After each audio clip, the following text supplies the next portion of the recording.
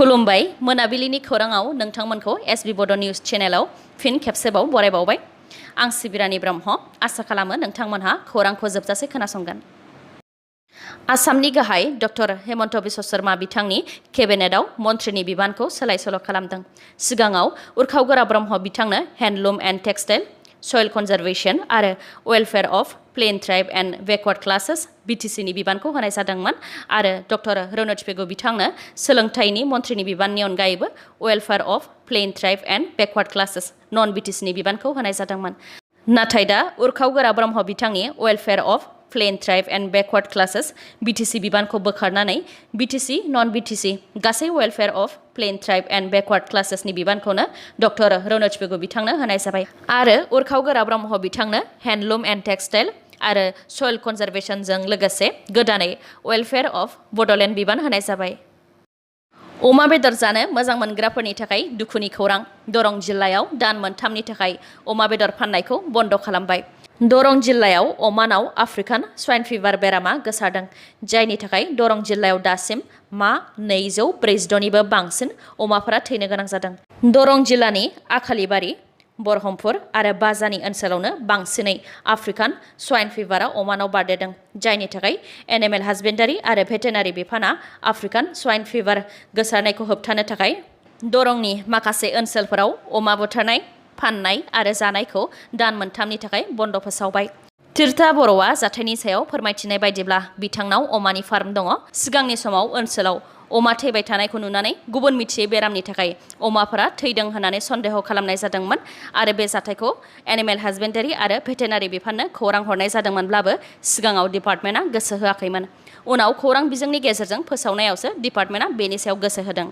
मख'नो गोनांदि दरं जिल्लानि माखासे ओनसोलफोर जेराव अमानि बेरामा बांसिनै गोसारदों, बैफोर ओनसोलाव अमाफोरखौ बुथारनानै फबनानै दोननायनि थाग थियारि खालामनाय जाबाय होननानैबो फोरमायथिदों एग्रिकालचार आरो एनिमेल हासबेन्डारि एन्ड भेटेनारिनि मन्थ्रि अटल बरा बिथाङा। लोगोसे अमा बिगोमाफोरनो रांनि अनसुंथाइ होनाय जागोन होननानैबो फोरमायथिदों। बिथाङा फोरमायथिदों दि 72 केजि एबा बेनिख्रुइ बांसिन अमानि थाखाय बिगोमानो 12,000 रां होनाय जागोन। 72 केजिनि गाहाय अमाफोरनि थाखाय 8,400 रां होनाय जागोन आरो अमा फिसानि थाखाय 2,200 रां अनसुंथाइ होनाय जागोन होननानै। आसामनि भेटेनारि डिपार्टमेन्टनि डाटा बायदिब्ला थांनाय 2020 मायथाइनि 29 एप्रिलनिफ्राय दासिम आफ्रिकान स्वाइन फिभारजों गासै आसामनि मोनगु जिल्लाफोराव 15,000निबो बांसिन अमाफोरा थैदों। डिब्रुगड़नि आसाम मेडिकेल कलेज एन्ड हस्पिटाला भारतनि मादावनो गिबिसिन गभर्नमेन्ट मेडिकेल कलेज जानो हाबाय, जाय स्ट्रक एबा हार्ट एटेक जानायनि 3 घन्टानि गेजेरावनो मबाइल भेन एबा गारिनि सिङावनो CT स्केन खालामनानै थ्रम्बलाइसिस खालामनो हादों। थ्रम्बलाइसिसआ मोनसे रोखोमनि फाहामथाय जायनि गेजेरजों स्ट्रक एबा हार्ट एटेक जानायखौ फाहामनाय जायो। हार्ट एटेक जानाय समाव थ्रम्बलाइसिस फाहामथायनि गेजेरजों थैनि रोदायाव थै लाथा खानायखौ गलिहोयो, थै खारनायखौ मोजांसिन खालामो आरो देहानि अंगफोरखौ नस्थ जानायनिफ्राय रैखा खालामनो हायो। गुबैयै थ्रम्बलाइसिसखौ ICUआवसो खालामनाय जायोमोन, नाथाय दा आसाम मेडिकेल कलेज एन्ड हस्पिटाला मबाइल भेन एबा गारिनि सिङावनो खालामनो हानानै भारतआवनो थ्रम्बलाइसिस खालामनो हानाय गिबिसिन गभर्नमेन्ट मेडिकेल कलेज जानो हाबाय। 10 रां मोनिनि थाखायनो गावनि बिसिखौ बुथारनाय जाथाया सोराङाव फैदों। बे जाथाया नलबारियाव जादों। जाथायनि सायाव फोरमायथिनाय बायदिब्ला नलबारिनि मुखालमुवा पुलिस थानानि सिङाव थानाय चाटाइमारि गामिनि थागिबि नारायण हालयआ गावनि बिसिखौ 10 रां बिनानै मोनिनि थाखायनो बुथारदों। बिसिनि मुङा बाकुलि हालय, 38 बोसोर बैसोनिमोन। जाथायनि सायाव नारायण हालयआ फोरमायथिनाय बायदिब्ला फिसाजोनो कल्ड ड्रिंक एबा गुसु लोंनाय लोंहोनो थाखाय बिसिनाव 10 रां बिदोंमोन आरो बिसियाबो 10 रांखौ हरदोंमोन। आरोबाव नारायण हालयआ जौ लोंनो थाखाय बिसिनाव 10 रां बिबावदोंमोन, नाथाय बिसिया जौ लोंनो थाखाय 10 रांखौ हराखैमोन। बेयावनो नारायण हालयआ बिसिखौ गोदोना सेरथेदों आरो बिसिया जिउ खहा जादों। गुबुन फारसेथिं फोरमायथिबावनाय बायदिब्ला नारायण हालयनि बिसिनाव हाइ प्रेसारबो दंखायोमोन, बेनिखायनो हाइ प्रेसारजों थैदों ना गोदना सेरनायजों थैदों बे दासिमबो रोखा जायाखै। पस्टमर्टेमनि उनावसो रोखायै मिथिनो हागोन।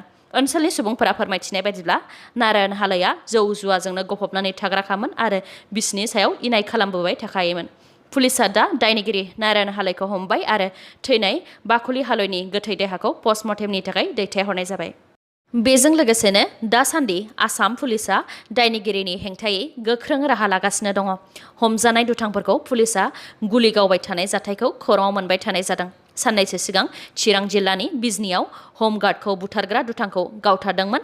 दिनै आरोबाव आइजो फानहरग्रा फालांगि जाहिरुल इस्लामखौबो गुलि गावबावबाय।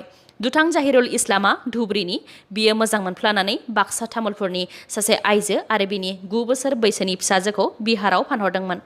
दुथां जाहिरुल इस्लामनि सायाव गुलि गावनायखौ लानानै तामुलपुर पुलिसा फोरमायथिनाय बायदिब्ला जाथायनि सायाव नायबिजिरनो थाखाय दुथांखौ तामुलपुरनि रामेचुबुरी गामियाव लानानै थांदोंमोन।